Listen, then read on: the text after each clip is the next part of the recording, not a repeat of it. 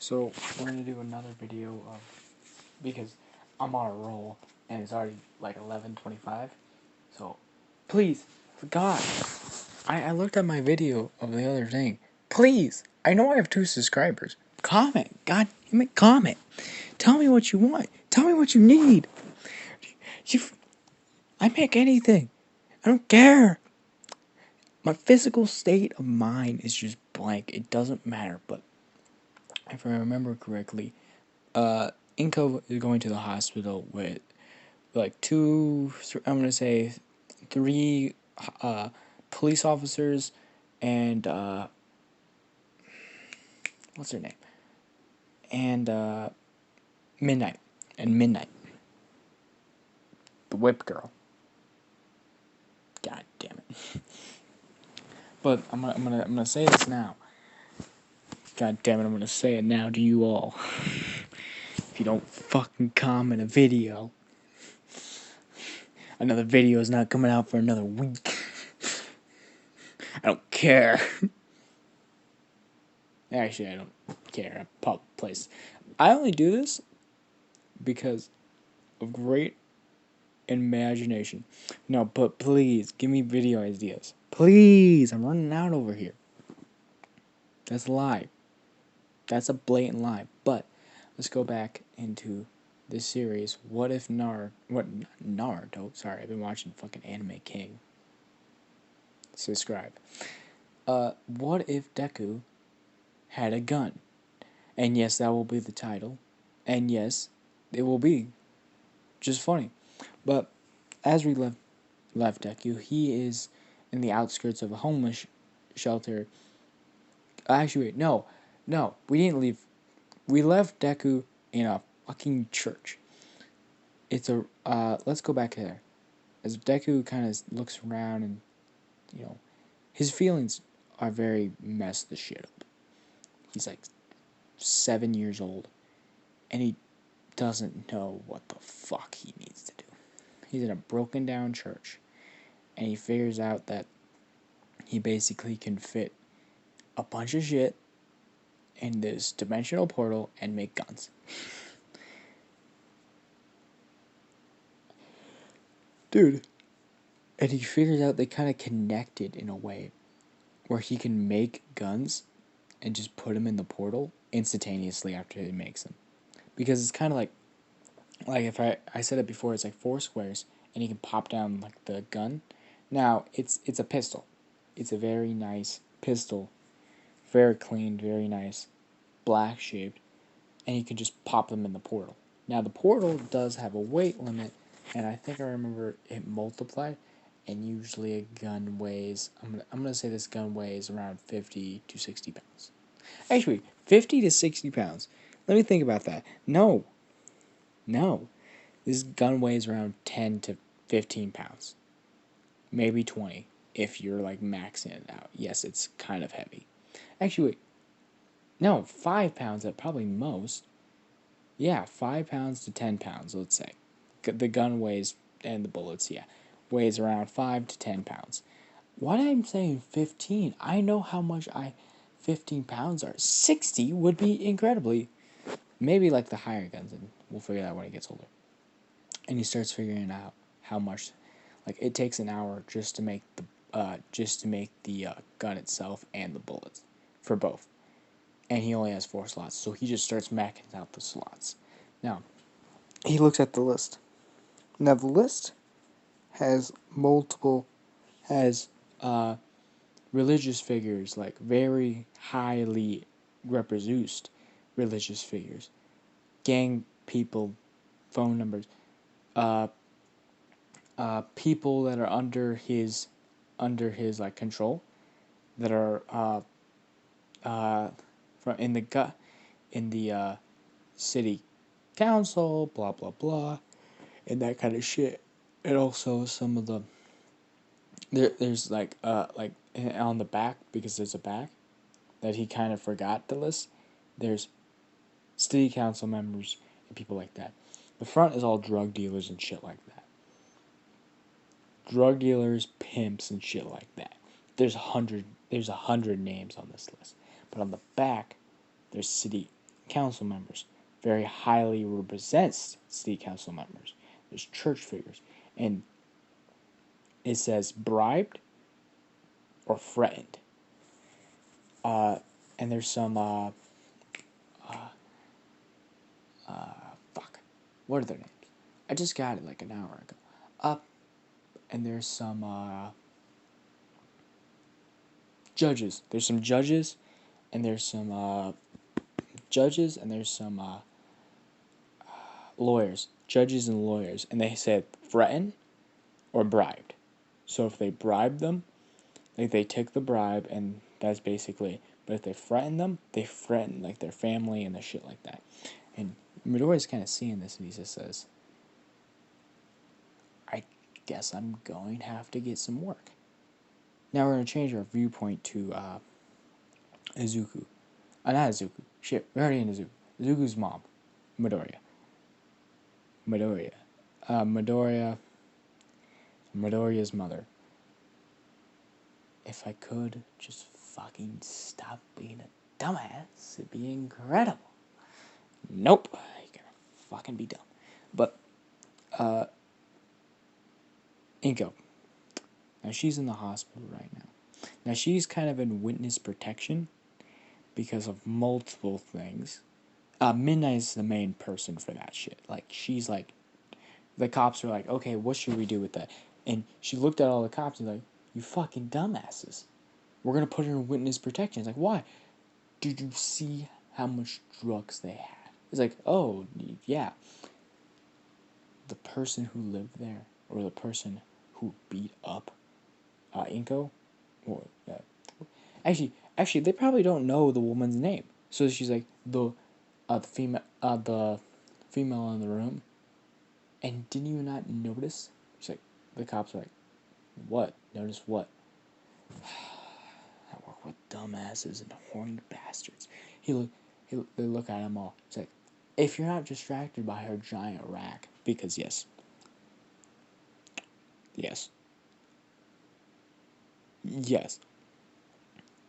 you thought the fifth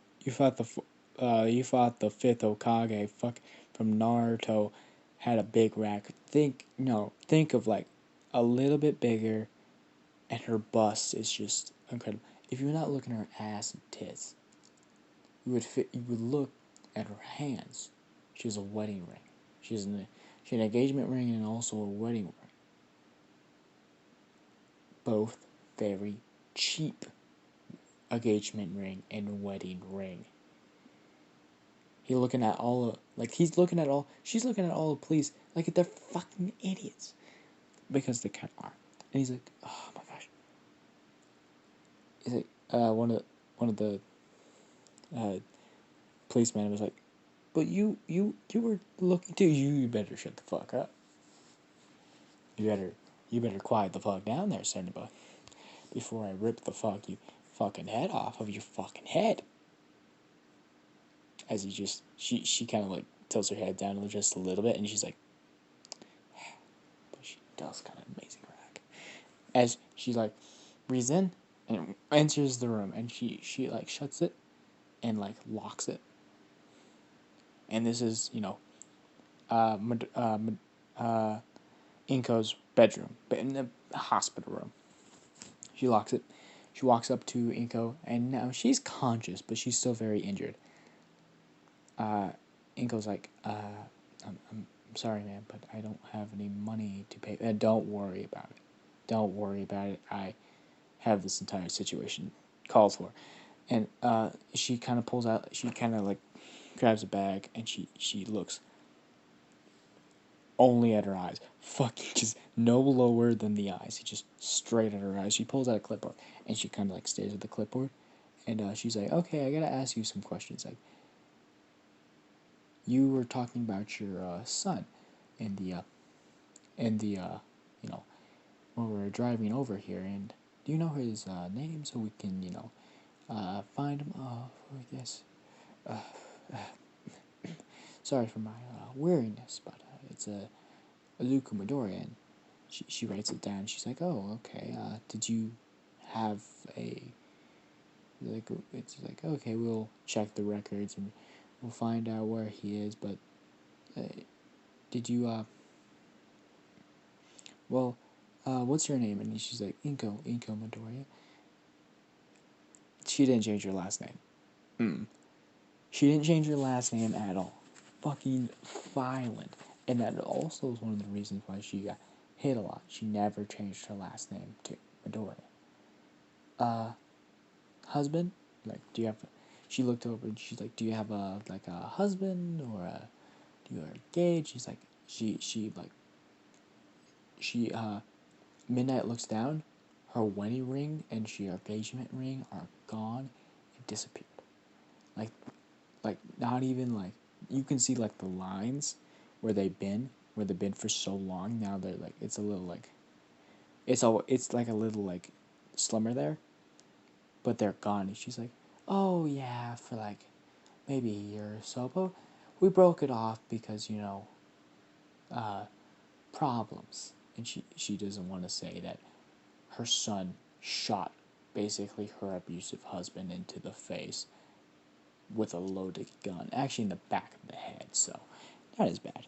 And she passed out because of the pain of getting hit, and basically her 7-year-old son did something with the body and cleaned up the entire room. And she knew where the crack was. Everyone knew. Midoriya knew. Everyone knew where the crack was, like the cocaine and shit like that. And she's like, "Oh, hard times, or was no? He was just very violent." She kind of looks at the bruises on her arms, and she kind of like starts like pulling down her sleeve just a little bit more, and she's like, "Well, I should be getting some rest." As he's like, "Yes, yes, yes, but can I have one more question?" And she's like, "Yes, can I get like some imagery of your son, or like, oh yeah, he's a very spitting image of me, uh, very, very close image of me." And she's like, "Okay, okay," she's drawing it, start drawing it, and it seems like it's taken a very long time, and she's like, "Okay, okay," as she pulls up a piece of paper. She's like, "Oh, should it look like this?" And he's like, "Oh yes, that's very close." And you see like kind of like a small child face, very plush and very with uh, grayish and like grayish eyes, and she has like green black hair, like his mother's, just same in the animes, but like his eyes are just gray, just smiling, like not really smiling in the picture, but in Inko's eyes, she always saw Midoriya smile, even when they had, even when she had to like, he had to carry medical supplies in his dimensional barricade to God that his mother didn't just drop because of the wounds or the shit that was happening. As he she was she's a she's like crying, she like tears, and she wipes them away, and she's like, thank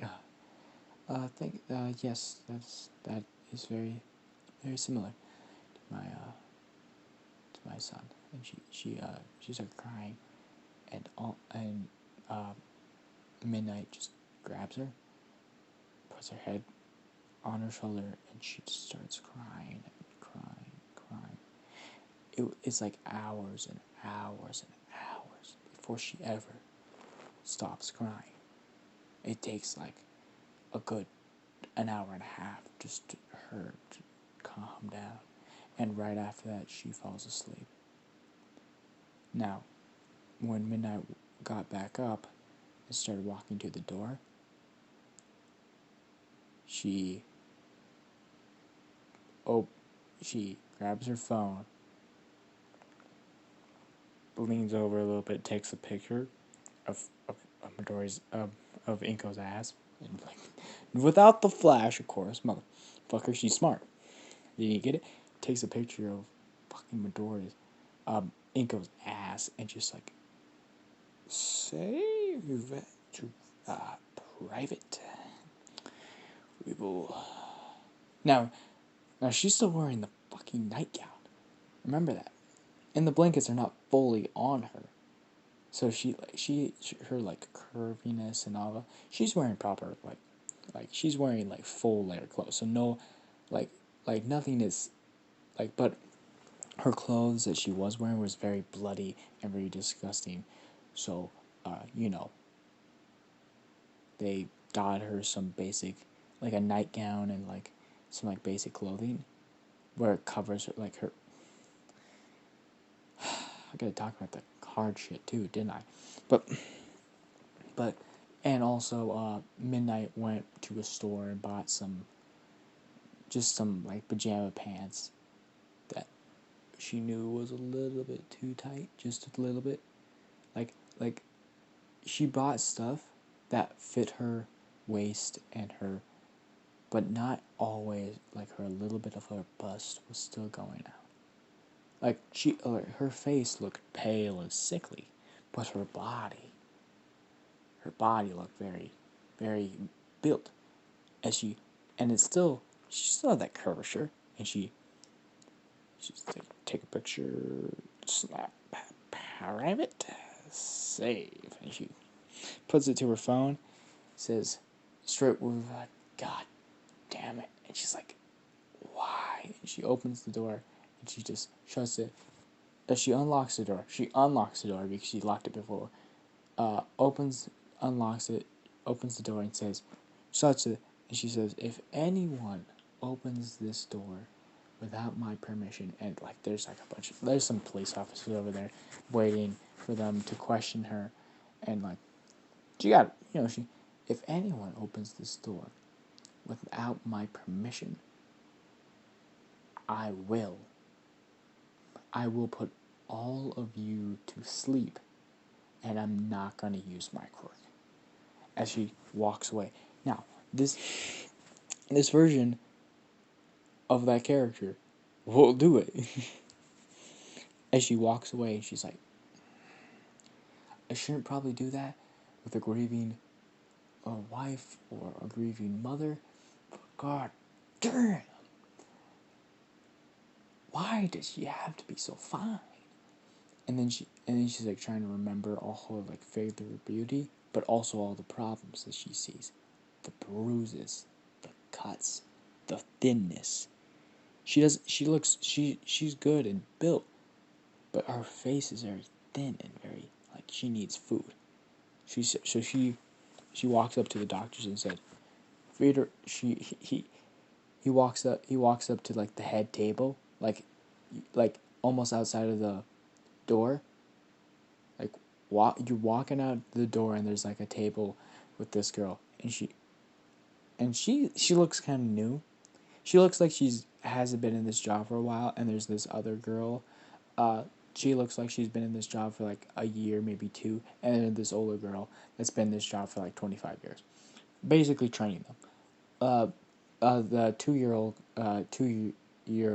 girl from who's been doing this job for a little bit longer, training her on like how to do this, how to do that, which room to go to. She's kind of like more the monthly girl who did this for like who's been doing this for like 4 months is more like who talks to people and basically takes this like, okay, you need this kind of ointment, blah blah blah, like you're going to the doctors because of this and giving it to the head nurse to take care of the actual problem. And she walks to the head table, is like, hey Angie, how you doing? The head nurse walks Angie walks up to the table and she's like, now remember, this was never made for kids. This was never made for kids. Now Angie's pretty tall. She's around 5'11". She's very kind of bulky, and she walks up and he's like, okay, hello Midnight, or should I say, what is Midnight real name? I'm just gonna call her Midnight. Walks up to Midnight and she's like, okay, what do you want, Midnight? Just like, what do you want? It's like, she pulls out a checkbook. It's like, what do you need? What do you want? I'll take care of it for you. It doesn't matter. Angie knows Midnight very well, and not from the bed actually. Midnight's actually very like she doesn't like sending random guys home with her to sleep with her. She actually wants a real relationship. She wants dating, marriage, and like children or like anything other. Now remember, she wants a family, but she doesn't really care if you get children or not. Makes sense from her standpoint. So she looks to Angie and she's like, okay. She's like, what do you need? I'll carry it. She's been there for like 30 to like 29 years. As Midnight pulls out a checkbook, writes 1 and like 6 zeros, pulls it out, puts it on the table and says, room 146, Azuku, no, last name Midoriya, first name Inko. Like last name Midoriya, first name Inko. She pulls over the check and she says, feed her like a queen. And and as she walks away, she's like, also, give her some pants. Give her some pants. As she opens the door and she's like, ah. You don't. She got in her car and she's like, damn it, I shouldn't do this. Every time I have a woman who's grieving. Would become broke. And then she looked at her checking account. Never mind, I'm definitely not going to become broke. As she drove off. Now, let's say time skip. Time skip of a year. Now, Midori is 8 years old. Now, no, we're going to keep on going. Go back up. View change. Actually, should I end this video off here? Should I? I'll make you a deal. I'll make you a great deal. I'm going to end this video off here with all that comedy and all that effect. But if you give me a comment for a new video, any video, I don't really care. A comment for a new video plus 2 likes. I'm a man of my word. 2 likes, I'll make a 25-minute video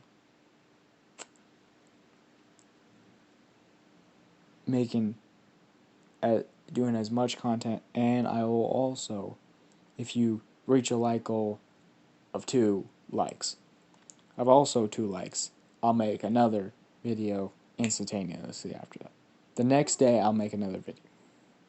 That is my goal. But I'm going to have a rule. I don't care about the likes. I don't care.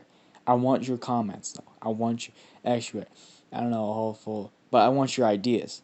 So if you can give me some good ideas, and I can understand them, if you comment some great ideas, I'll make a video.